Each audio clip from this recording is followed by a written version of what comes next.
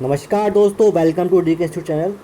आज हम जानेंगे कि आखिर चुंबक लोहे को क्यों खींचता है। Why magnet attract iron. तो जानते हैं आखिर ऐसा होता क्यों है।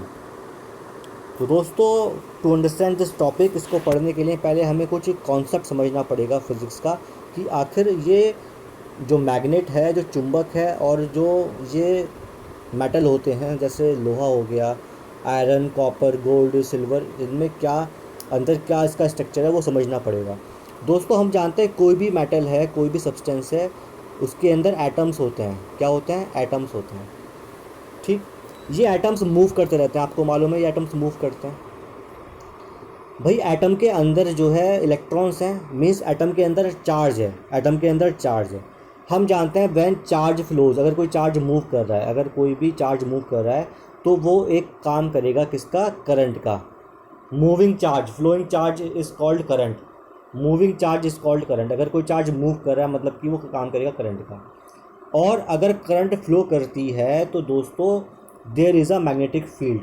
कोई करंट फ्लो कर रही है किसी कंडक्टर में तो वो कंडक्टर क्या करेगा? करेगा एक्ट एज अ मैग्नेट। इसका एग्जाम्पल भी आपको पता ही है भाई। लोहे जो तार जाती है उसमें करंट फ्लो करता है तो कभी कभी चिपक जाते हैं उस तार पर, वो खींच लेती है अपनी तरफ। ऐसा क्यों? क्योंकि चुंबकत्व उसके आसपास क्या होता है? मैग्नेटिक करंट फ्लो करता है उसके आसपास, जो है वो करता है वर्क एज अ मैग्नेट। इसके अलावा जो है इलेक्ट्रोमैग्नेट जो होते हैं, जो आपकी इलेक्ट्रिक बेल होती है, घंटे लगी होती है घरों में, उसमें भी यही कॉन्सेप्ट काम करता है। अगर आपको समझना है इस कॉन्सेप्ट को, मुझे कमेंट करिए, मैं इस पर एक वीडियो लेके आऊँगा और आपको बताऊँगा ये कॉन्सेप्ट क्या है। लेकिन अभी ये समझिए कि क्या, कि अगर इलेक्ट्रॉन मूव कर रहा है तो उसको बोलेंगे करंट, और करंट फ्लो कर रही है तो मतलब कि मैग्नेटिक फील्ड डेवलप होगा कंडक्टर के अराउंड। एक चुंबकत्व पैदा हो जाएगा अराउंड द कंडक्टर, चाहे वो लोहा है, चाहे वो सोना है, चाहे वो चांदी है। अब बात आती है कि भाई तीन चीज़ रखी हैं। आयरन है मतलब लोहा, गोल्ड है, और चांदी है, सिल्वर है। बट अगर मैं लाऊं मैग्नेट तो मैग्नेट के पास ये लोहा आएगा, गोल्ड और चांदी नहीं आती है। ऐसा क्यों? ऐसा लोहे के अंदर क्या है जो गोल्ड और सिल्वर में नहीं है? तो दोस्तों, ऐसा लोहे में क्या है? सपोज़ ये है आयरन का एक ब्लॉक, मैंने बड़ा करके दिखाया। एक छोटा सा जो है ये आयरन का टुकड़ा है। इसके अंदर जो एटम्स हैं वो ये अरेंज है।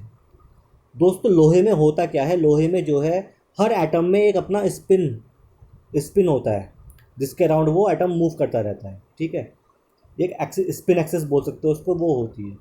तो लोहे के अंदर, आयरन के अंदर जो ये एक्सिस हैं, सभी एटम्स की एक डायरेक्शन में अलाइन होती हैं। ये सभी जो स्पिन एक्सिस हैं ये सब एक डायरेक्शन में अलाइन होती हैं, मतलब कि ये सपोर्ट करती हैं।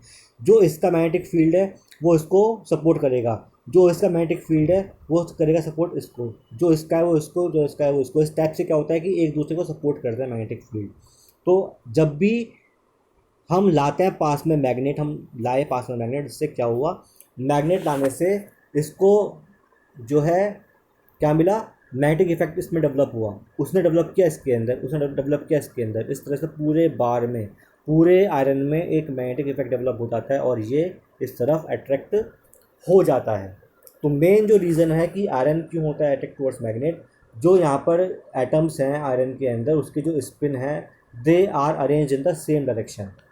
दे are arrange in the same direction. वहीं अगर बात करें हम गोल्ड या सिल्वर की, तो गोल्ड, अगर गोल्ड का एक टुकड़ा है तो उसमें जो एटम्स दे रखे हैं उसके जो स्पिन होते हैं दोस्तों, वो अरेंज होते हैं डिफरेंट डायरेक्शन में। ये सपोज इस डायरेक्शन में, ये ऐसे हो गया, ये ऐसे हो गया, ये फिर ऐसे हो गया, फिर ये ऐसे हो गया, इस टाइप से।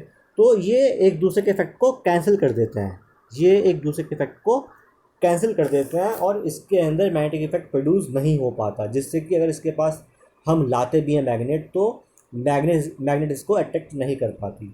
मैग्नेट इसको अट्रैक्ट नहीं कर पाती because the spin direction of the atoms are not arrange in a same direction, they are in different direction and they cancel out the effect, they cancel the effect of each other.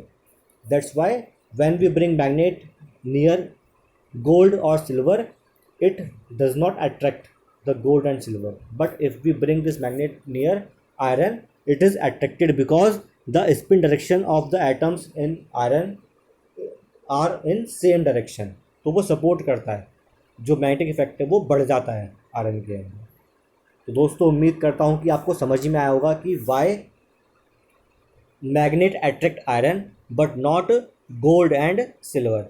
कोई भी दिक्कत अगर आपको इस video में आई है मुझे comment करिए, कमेंट में बताइए कि वीडियो कैसी लगी। और अगर आपको चाहिए कोई ऑनलाइन ट्यूशन या ऑनलाइन हेल्प चाहिए, if you need personal tuition regarding any subject, then you can contact me. I have provided my number, my contact number, my email id in description. You can access me from there.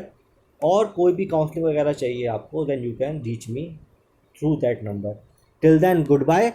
And if you like this video, please like, share and subscribe my channel. Thank you very much.